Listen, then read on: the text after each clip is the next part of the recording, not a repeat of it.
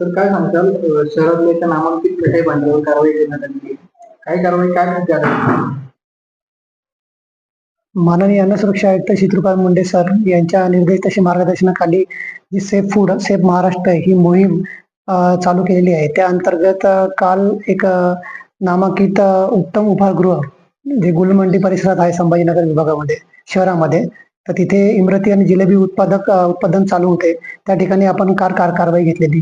सदर कारवाई घेताना सदर उत्पादकाकडे रेस्टॉरंट कॅटेगरीचा काइंड ऑफ बिझनेसचा परवाना आहे, तर तो त्याला अलाउड नाही आहे. त्याला ते मॅन्युफॅक्चरिंग युनिटचाच परवाना पाहिजे, पहिली गोष्ट. आणि सेकंड थिंग, ते त्याच्यामध्ये जो समोसे भजे वगैरे जे तळण्यासाठी जे तेल वापरतात, ते कॉटन सीड ऑइल, जे सरकीचं ऑइल वापरतात, ते कंटिन्यू ते रियूज करून ते वापरत होते. ते करायला परमिशन नाही आहे. जर आपण जेव्हा टीपीसी मीटरने त्याचा टोटल पोलर काउंट चेक केला तर तो 25च्या वरती होता, जवळपास तो 58 निघाला त्या अंतर्गत. त्याच्यामुळे त्याचे पण आपण सॅम्पल घेतलेले आहे, लॅबला पाठवलेले आहे.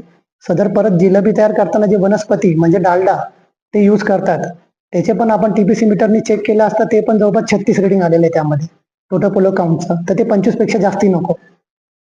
नंतर जिथं आपण तपासणी केली त्या अंतर्गत तिथे आपल्या झुरळांचा वावर पण आढळला. तर इथे झुरळं पण होते, त्याचे पण व्हिडिओ मी तुम्हाला शेअर केलेले आहे त्या बाबतीत. तसेच जे इमरती आणि जिलेबीसाठी जे कलर यूज केले होते टाट्राझाईन, तर तिथले जे कामगार आहे त्यांना तिथं टेक्निकल पर्सन कोणीच नाही. त्यांना माहितीच नाही किती कलर टाकायचा, कसा टाकायचा, काय. मग ते त्यांच्या मनाप्रमाणे काही टाकून देतात. जे प्रॉपर जर लिमिटनुसार कलर टाकायचा राहतो तो टाकत नाही. तसेच तिथं जे भिंती वगैरे होत्या तिथं पण जाळे जळमटे लागलेले होते. जे प्रिमाइस होतं ते अस्वच्छ होतं भरपूर त्या अंतर्गत. सदर ठिकाणी अजून काही गोष्टी आम्हाला आढळल्या की तिथं काही ठिकाणी समोसे भजे तळताना तिथेच तंबाखू वगैरे, चुना वगैरे तेच कामगार खात होते. एक प्रकार तिथंच तर ते त्यांनी त्या ठेवलेल्या होत्या. तसेच तिथले प्रॉपर तिथं खिडक्यांना नेट जाळी काहीच नाही. भरपूर ठिकाणी तिथलं ड्रेनेज लाईन पण बाजूला तिथं त्यांनी रॉ मटेरियल प्लेस केलेले होते. तर अशा आणि भरपूर त्रुटी आढळलेल्या आहे. त्या अंतर्गत आपण ही कारवाई घेतलेली आहे. तर सदर जी ऑइलची जी कारवाई जी आहे, जी टोटल पोलर काउंट, याचा इफेक्ट आपल्या हेल्थवर होतो. जर तुम्ही कंटिन्यू वारंवार तेल जे यूज करताय, रियूज केलेलं तेल, त्याच्यामध्ये केमिकल रिएक्शन होऊन त्याच्यामध्ये आपल्याला ते कार्सिनोजेनिक घटक तयार होतात. मग ते आपल्या हेल्थसाठी अपायकारक आहे. मग त्या अंतर्गत आम्ही ती कारवाई घेतलेली आहे. त्यामुळे त्यांचा लायसन्स जे आहे, त्यांचा परवाना, तो तात्काळ आम्ही सस्पेंड केलेला आहे, निलंबित केलेला आहे आणि त्यांची पेढी बंद करण्यात आलेली आहे. सध्या उपहारगृह सध्या बंद आहे, तर मग ती कारवाई करण्यात आहे. उपहारगृह बंद आहे का सध्या? मग हो, सध्या उपहारगृह बंद आहे. बरेचशा असं संध्याकाळच्या वेळेमध्ये काही शहरामध्ये बहुल भाग आहे, या भागांमध्ये सर्रासपणे उघड्यावरती मांस असेल किंवा ते बनवणं असेल, पूर्ण सर्रासपणे त्या ठिकाणी जाते. माशा वगैरे सध्या पावसाळे दिवस आहे त्यामुळे बसतात आणि त्यामुळे रुग्णाची खूप मोठी दुर्गंधी करते. यावरती ते कारवाई करणार आहे. हो, त्यावर पण आमचं कार्यवाही नियोजित आहे पुढे.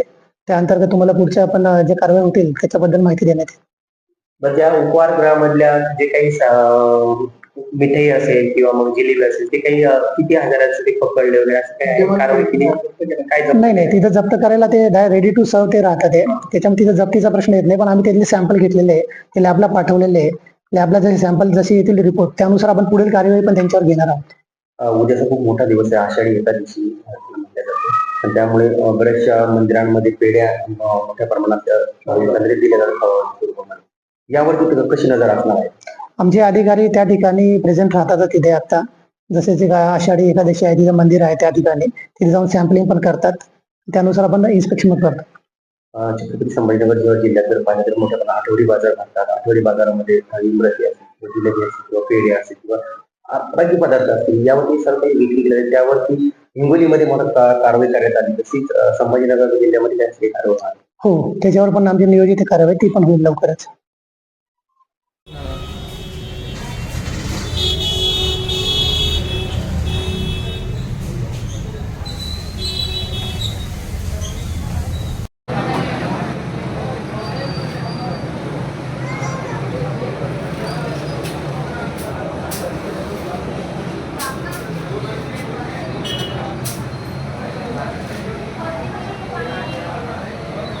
कसं ठेव